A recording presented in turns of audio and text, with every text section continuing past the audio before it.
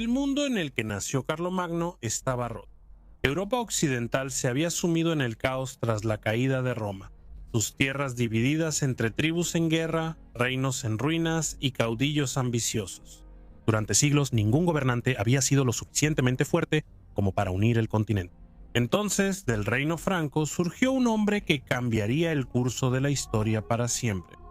Carlomagno no era simplemente un rey, era una fuerza de la naturaleza, imponente en estatura, reputación y ambición. Pasó décadas en guerra, liderando campañas sangrientas por toda Europa. Sus ejércitos cruzaron ríos, montañas y bosques, conquistando a los lombardos en Italia y aplastando a los sajones en guerras brutales que duraron más de 30 años, y expandiendo el dominio franco más lejos que cualquier otra potencia europea desde los propios romanos. Al final de su reinado, su imperio se extendía por gran parte de Europa occidental y central, pero su legado se construyó en algo más que solo conquistas. Carlomagno entendía que el poder duradero requería orden, aprendizaje y fe. Reformó las leyes, fortaleció la administración y trajo eruditos de toda Europa a su corte. Los monasterios y las escuelas florecieron bajo su gobierno, preservando el conocimiento antiguo durante una época que a menudo se recuerda por la oscuridad y la violencia. Los historiadores más tarde llamarían a este renacimiento el Renacimiento carolingio, un renacer de la cultura y el aprendizaje que sentó las bases de la Europa medieval.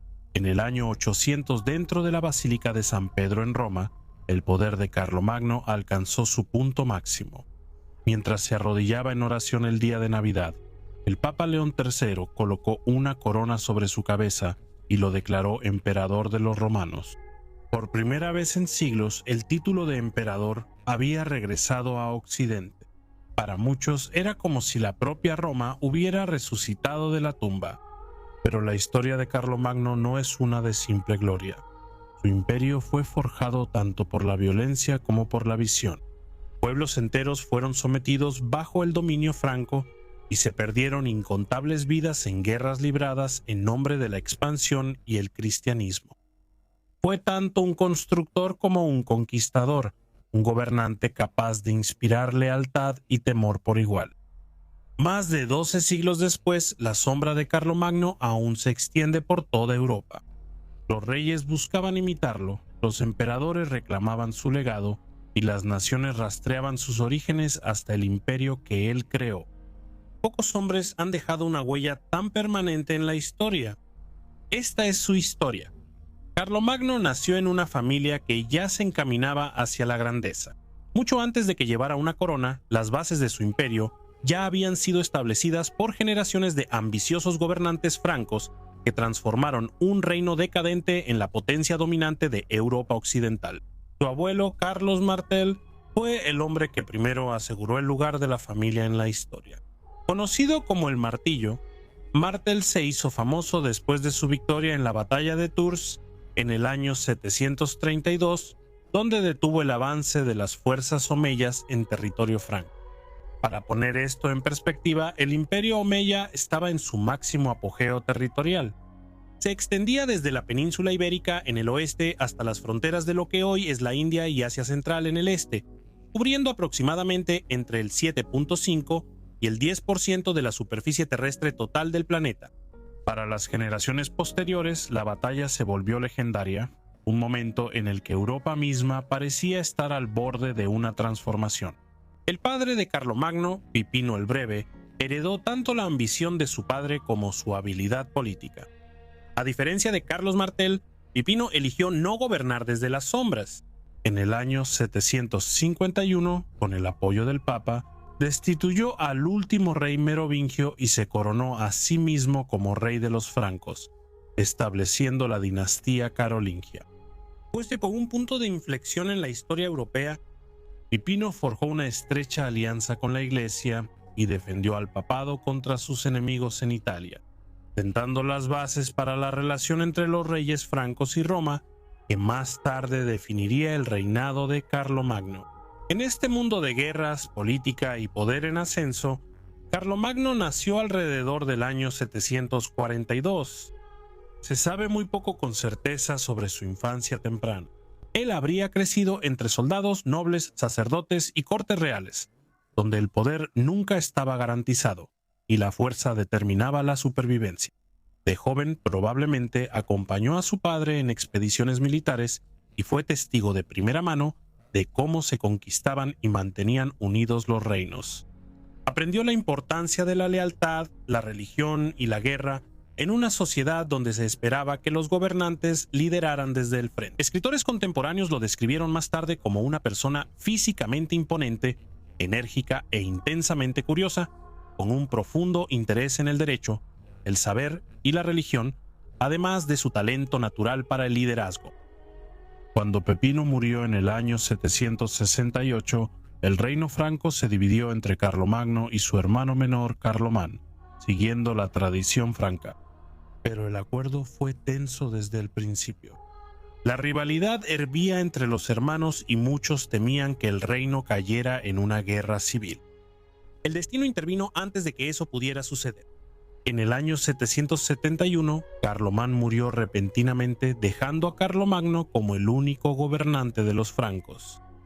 Apenas estaba al comienzo de su reinado, pero en unas pocas décadas se transformaría de un rey regional en el gobernante más poderoso que Europa había visto desde la caída de Roma. De todas las guerras de Carlomagno, ninguna definiría más su reinado que la larga y brutal lucha contra los sajones. Lo que comenzó como un conflicto fronterizo se convirtió en una campaña de décadas de conquista, rebelión, masacre y conversión forzada. Una guerra librada no solo por tierras y poder, sino por el alma de un pueblo. Los sajones no eran un reino unido, sino una colección suelta de tribus germánicas ferozmente independientes que vivían más allá de las fronteras nororientales del reino franco. Ellos adoraban a los antiguos dioses de sus antepasados, se reunían en arboledas sagradas y resistían el dominio externo con una determinación implacable. Para los francos cristianos, Sajonia representaba tanto una amenaza política como una frontera pagana que debía ser controlada. Las incursiones y la violencia fronteriza entre ambos pueblos habían continuado durante generaciones, pero bajo Carlomagno, el conflicto escaló a algo mucho mayor. En el año 772, Carlomagno lanzó la primera gran campaña en territorio sajón. Al principio de la invasión, atacó el corazón de la religión sajona misma. El ejército de Carlomagno marcharía hacia el Irminsul, un pilar sagrado o santuario en forma de árbol que los sajones creían conectaba el cielo y la tierra. Para ellos era un símbolo del orden cósmico y la protección divina. Carlomagno ordenó que fuera destruido. La destrucción del Irminsul fue más que un acto de guerra, fue una declaración. Carlomagno no solo pretendía derrotar a los sajones, sino borrar los cimientos de su religión y reemplazarla con el cristianismo. Iglesias y monasterios siguieron a los ejércitos francos en los territorios conquistados y el bautismo se volvió inseparable de la sumisión al dominio franco. Las guerras que siguieron se convertirían en algunos de los conflictos religiosos más violentos de la Alta Edad Media. Al principio, las victorias francas llegaron rápidamente. Se capturaron fortalezas sajonas, se tomaron rehenes y los líderes locales fueron obligados a someterse. Sin embargo, en cuanto Carlomagno marchaba a otro lugar, la rebelión estallaba de nuevo. Una y otra vez los sajones se levantaron contra la autoridad franca, quemando iglesias, matando misioneros y recuperando el territorio perdido. El conflicto se convirtió en un ciclo implacable de conquista y rebelión que duró más de 30 años. Ninguna figura encarnó más la resistencia sajona que Widukind, el líder sajón más famoso de la época. Carismático, escurridizo y ferozmente hostil a los francos, Widukind se convirtió en un símbolo de la resistencia pagana contra el imperio de Carlomagno. Mientras Carlomagno hacía campaña en Italia y España, Widukind reunió a los sajones en una rebelión abierta, atacando asentamientos francos e inspirando levantamientos en toda la región. La guerra alcanzó un punto de inflexión aterrador en el año 782, después de una derrota franca en la batalla de Sumter, donde las fuerzas sajonas destruyeron parte del ejército de Carlomagno. Enfurecido, Carlomagno respondió con una severidad implacable. En Verden, miles de sajones capturados, tradicionalmente cifrados en unos 4.500, fueron ejecutados por órdenes de Carlomagno en una sola masacre. Si los cronistas medievales exageraron los números, sigue siendo un tema de debate, pero el evento sorprendió incluso a generaciones posteriores y reveló la brutal realidad de la guerra. Después de Verden, el conflicto se volvió aún más duro. Carlomagno impuso leyes estrictas en toda Sajonia que hacían que las prácticas paganas fueran castigadas con la muerte. Negarse al bautismo, atacar al clero o practicar ritos tradicionales ahora podía llevar a la ejecución. El cristianismo ya no solo se fomentaba, se imponía por el poder de la espada. Sin embargo, a pesar de décadas de derramamiento de sangre, los sajones seguían resistiendo. La guerra en los bosques, las emboscadas y los levantamientos locales agotaban los recursos de los francos año tras año. Carlomagno respondió con deportaciones, reasentamientos forzados y ocupación militar permanente. Comunidades sajonas enteras fueron desarraigadas y reemplazadas, mientras que los nobles francos y los misioneros reforzaban el control sobre la región.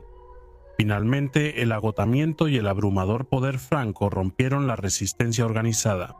En el año 785, Widukind se rindió y aceptó el bautismo, y se dice que Carlomagno mismo fue su padrino. Aunque las rebeliones continuaron durante años después, la derrota simbólica de Widukind marcó el principio del fin para la Sajonia pagana e independiente. Para el año 804, después de más de 3 décadas de guerra, las guerras sajonas finalmente terminaron. Sajonia había sido absorbida por el Imperio Franco, su gente formalmente cristianizada y sus antiguas estructuras religiosas destruidas. Monasterios, obispados e iglesias se extendieron por la tierra, donde antes se encontraban arboledas sagradas y santuarios paganos. Las consecuencias de la guerra fueron enormes. Carlomagno había expandido su imperio hasta adentrarse en el norte de Europa y aseguró la dominación franca al este del Rin.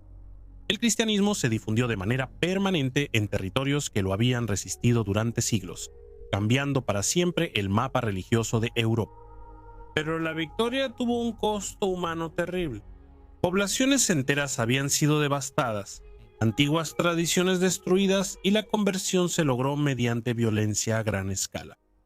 Para los cronistas francos, Carlomagno surgió del conflicto como un campeón del cristianismo y el defensor de la cristiandad. Para muchos sajones se le recordaba como un conquistador que ahogó su antiguo mundo en sangre y fuego. Para ellos era conocido como Carlos el Carnicero. Antes de que Carlomagno se convirtiera en emperador, fue aclamado como el protector de la cristiandad, pero primero tuvo que demostrar su valía en Italia.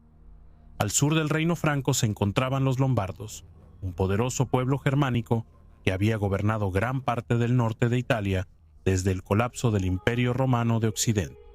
Su reino era rico, fuertemente fortificado y estratégicamente ubicado entre los francos y la propia ciudad de Roma. Durante décadas, los lombardos habían sido tanto rivales como aliados incómodos del papado. Pero para cuando Carlomagno llegó al poder, las tensiones entre ellos y el Papa habían llegado a un punto crítico. En el centro del conflicto estaba el rey Desiderio, el último gran gobernante de los lombardos. Ambicioso y políticamente astuto, Desiderio buscaba expandir la influencia lombarda por toda Italia y fortalecer su control sobre los territorios reclamados por la Iglesia. Para el Papa Adriano I, los lombardos representaban una amenaza existencial. Incapaz de defender Roma por sí solo, el Papa volvió su mirada hacia el norte, hacia los francos, tal como lo habían hecho papas anteriores al apelar al padre de Carlomagno, Pipino el Breve. El conflicto se volvió aún más complicado por los lazos familiares. Años antes, Carlomagno se había casado con la hija de Desiderio, en lo que probablemente fue un intento de asegurar la paz entre los dos reinos. Pero el matrimonio no duró mucho. Carlomagno la repudió después de poco tiempo, un insulto que enfureció profundamente a la corte lombarda y envenenó las relaciones entre los dos gobernantes. A principios de la década de 770 la guerra se había vuelto cada vez más inevitable. En el año 773, después de recibir repetidas peticiones del Papa Adriano, Carlomagno reunió a sus ejércitos y marchó hacia Italia. La campaña pondría a prueba tanto su habilidad militar como su ambición. Entre los francos y Lombardía se alzaban los imponentes Alpes, una barrera natural que había desafiado a los ejércitos desde los tiempos de Aníbal y César. Sin embargo, Carlomagno avanzó por los pasos montañosos con una velocidad sorprendente, liderando múltiples fuerzas a través de diferentes terrenos para burlar a los lombardos. Desiderio se retiró a la ciudad fortificada de Pavía, la capital del reino lombardo, mientras que su hijo Adelquis huyó hacia el este en busca de apoyo del Imperio bizantino. En lugar de arriesgarse a un asalto costoso, rodeó Pavía y comenzó un largo asedio diseñado para rendir la ciudad por hambre. Mientras continuaba el asedio, Carlomagno viajó a la propia Roma. Allí fue recibido por el Papa Adriano como el defensor de la Iglesia y protector de la cristiandad. La reunión tuvo un peso simbólico enorme. En muchos sentidos marcó el fortalecimiento de una alianza entre la monarquía franca y el papado que daría forma al futuro de la Europa medieval. La Iglesia veía cada vez más a Carlomagno no solo como un rey, sino como un gobernante elegido capaz de restaurar el orden en el occidente cristiano. El asedio de Pavía se prolongó durante meses. La resistencia lombarda colapsó lentamente bajo la presión, y en el año 774 la ciudad finalmente se rindió. Desiderio fue capturado y enviado al exilio monástico, desapareciendo de la vida política para siempre. Con su derrota, el reino lombardo que había gobernado Italia por más de 2 siglos llegó a su fin. Carlomagno hizo algo extraordinario después de su victoria. En lugar de simplemente instalar a un gobernante títere o retirarse después de la campaña, tomó la corona de hierro de Lombardía para sí mismo y se declaró rey de los lombardos. Porque fue una decisión poco común para la época. Los gobernantes conquistadores usualmente destruían reinos rivales o los gobernaban de manera indirecta, pero Carlomagno incorporó Lombardía a su creciente imperio mientras preservaba parte de su administración e identidad.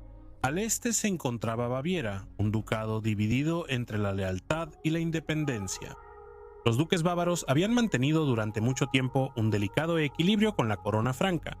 No eran enemigos en sentido estricto. Eran parientes, rivales y vasallos al mismo tiempo.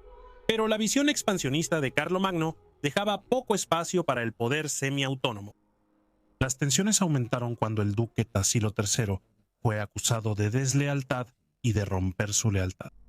Ya fuera la culpa o la conveniencia política lo que motivó la acusación, el resultado fue decisivo. Baviera fue absorbida de manera más directa en el reino de Carlomagno. Tassilo fue destituido y confinado en un monasterio, un acto tan simbólico como político. La incorporación de Baviera marcó algo más grande que la expansión territorial. Representó el fortalecimiento del poder centralizado. En la corte de Carlomagno el poder nunca era estable. Era algo que se negociaba constantemente, se defendía y a menudo se transformaba por la fuerza. Incluso dentro de la familia real, la lealtad nunca se daba por sentada. Tenía que ganarse, mantenerse y demostrarse frente a rivales que a veces compartían la misma sangre. Es dentro de este mundo de legitimidad inestable donde se desarrolla la historia de Pepino el Jorobado. Pepino, tradicionalmente descrito como el hijo mayor de Carlomagno, ocupaba una posición complicada y cada vez más precaria dentro de la dinastía carolingia. Algunas fuentes medievales lo retratan como físicamente deformado. Lo que es claro en todas las fuentes es que la posición de Pepino en la corte fue decayendo con el tiempo, a medida que Carlomagno consolidaba su poder y reestructuraba los planes de sucesión en torno a herederos más políticamente convenientes.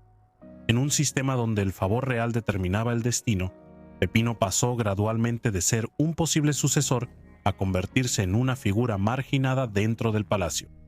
El mundo franco de la herencia no garantizaba que el primogénito heredara la corona de sus padres. En cambio, la realeza estaba ligada a la necesidad política, la fuerza militar y el apoyo de la élite. Los hijos de los reyes no tenían garantizada la sucesión. eran contendientes en una competencia política constante. Mientras Carlomagno expandía su autoridad por Europa, absorbiendo territorios rivales y centralizando el control, también reforzó la estructura de la sucesión. Este cambio inevitablemente creó tensión entre aquellos que se vieron desplazados, y Pepino se convirtió en uno de los ejemplos más significativos de esa tensión interna. Para el año 792, esa tensión desembocó en una conspiración. Un grupo de nobles francos se alineó con Pepino en lo que se conoció como su revuelta. Esto no fue un levantamiento popular ni una rebelión campesina, sino un desafío político de la élite arraigado en la política de la corte. Estos eran hombres que alguna vez se beneficiaron de la cercanía al poder real, pero que ahora se encontraban desplazados o amenazados por la centralización de Carlomagno. Para ellos, apoyar a Pepino no era solo un acto de lealtad hacia un príncipe, sino una forma de desafiar el nuevo orden político que surgía bajo el gobierno de Carlomagno. Sin embargo, la revuelta fue descubierta antes de que pudiera desarrollarse completamente en una guerra civil abierta. La mecánica exacta de su fracaso no se conserva completamente en las fuentes, pero el resultado es claro. Carlomagno actuó de manera decisiva y rápida. La conspiración fue desmantelada y sus partidarios fueron castigados severamente. En el sistema político carolingio, la rebelión no era simplemente oposición, era una amenaza directa a la unidad del reino y se trataba como tal. La respuesta de Carlomagno a Pepino fue particularmente significativa. En lugar de ejecutarlo, lo cual habría puesto en riesgo una mayor inestabilidad dinástica, Pepino fue apartado de la esfera política y confinado a la vida monástica. El día de Navidad del año 800, el mundo de Carlomagno cambió de una manera que ni siquiera él pudo haber anticipado completamente. En la Basílica de San Pedro en Roma se le otorgó un nuevo título, uno que resonaría a lo largo de los siglos: emperador. Este momento, recordado más tarde como la coronación de Carlomagno, no fue simplemente una recompensa por la conquista militar o la brillantez administrativa. Fue la culminación de décadas de expansión de autoridad a través de una Europa fracturada, donde los reyes francos habían absorbido constantemente reinos rivales, sofocado rebeliones, ducados y se habían posicionado como el poder dominante en Occidente. Pero el acto que transformó a Carlomagno en lo que la tradición posterior llamaría el primer emperador del Sacro Imperio Romano no fue realizado por un rey ni un general. Fue realizado por la Iglesia. En el centro de esta transformación estaba el Papa León III, una figura cuya propia posición en Roma se había vuelto políticamente inestable y dependía de la protección de los francos. León había enfrentado oposición y escándalos en Roma, y Carlomagno había actuado como su protector, interviniendo para estabilizar el papado. Para el momento de la coronación, su relación no era simplemente espiritual, era profundamente política, construida sobre la necesidad mutua. El Papa necesitaba protección. Carlomagno necesitaba legitimidad. Carlomagno entraría a la Basílica de San Pedro esperando oración, ceremonia y celebración religiosa. Lo que recibió, según algunos relatos posteriores, fue algo más deliberado y cargado de significado político. Mientras se arrodillaba en el altar, el Papa León III colocó una corona sobre su cabeza y lo declaró emperador de los romanos. El acto estaba cargado de significado. Sugería que la autoridad imperial en Occidente había sido restaurada después de siglos de fragmentación tras la caída de Roma. Pero el detalle más debatido del evento es la reacción de Carlomagno. Algunas fuentes sugieren que estaba sorprendido, incluso incómodo, como si la coronación se hubiera llevado a cabo sin que él lo anticipara completamente. Ya sea que esto refleje la realidad histórica o una narrativa política posterior, captura una verdad importante. Esto no fue solo una elevación personal, sino una reestructuración simbólica del poder en Europa occidental. El título mismo de emperador tenía un peso enorme. Esto vinculó a Carlomagno no solo con los reyes francos que lo precedieron, sino también con el legado del antiguo Imperio Romano. En la práctica señalaba el surgimiento de un nuevo orden político en Occidente, uno que combinaba el simbolismo imperial romano con la realeza germánica y la autoridad cristiana. Esta fusión sería recordada más tarde como la base de la tradición imperial carolingia y, en siglos posteriores, como la idea del Sacro Imperio Romano. Carlomagno había pasado décadas construyendo un reino que se extendía por la actual Francia, Alemania, Italia y más allá. Había luchado contra sajones, lombardos y un sinfín de poderes regionales. La corona en Roma no creó su autoridad. Reconocía una realidad que ya había sido forjada a través de décadas de expansión. Las guerras entre Carlomagno y los daneses no se libraron como una sola campaña decisiva, sino como un largo conflicto fronterizo cambiante. En el extremo norte del mundo franco, más allá de ríos y bosques, se encontraba el poder escandinavo de los daneses, un pueblo cuya influencia se expandía por el mundo del Báltico y el Mar del Norte, justo cuando Carlomagno consolidaba su imperio en tierra. En esta frontera se encontraba el emergente reino danés, con figuras como Gudfred, un gobernante que no veía al imperio franco como una autoridad cristiana lejana, sino como una amenaza en expansión que presionaba directamente las rutas comerciales danesas y la independencia política. Para Carlomagno, la frontera norte formaba parte de su misión más amplia: llevar orden, conversión y control imperial a los límites de Europa. Para los daneses, se trataba de resistir la absorción en un imperio cristiano que se expandía rápidamente. El conflicto estaba estrechamente ligado a las brutales y prolongadas campañas de Carlomagno en Sajonia. Mientras los ejércitos francos avanzaban hacia el norte y el este, sometiendo la resistencia sajona durante décadas de guerra, conversión forzada y asentamientos, los reyes daneses observaban cuidadosamente.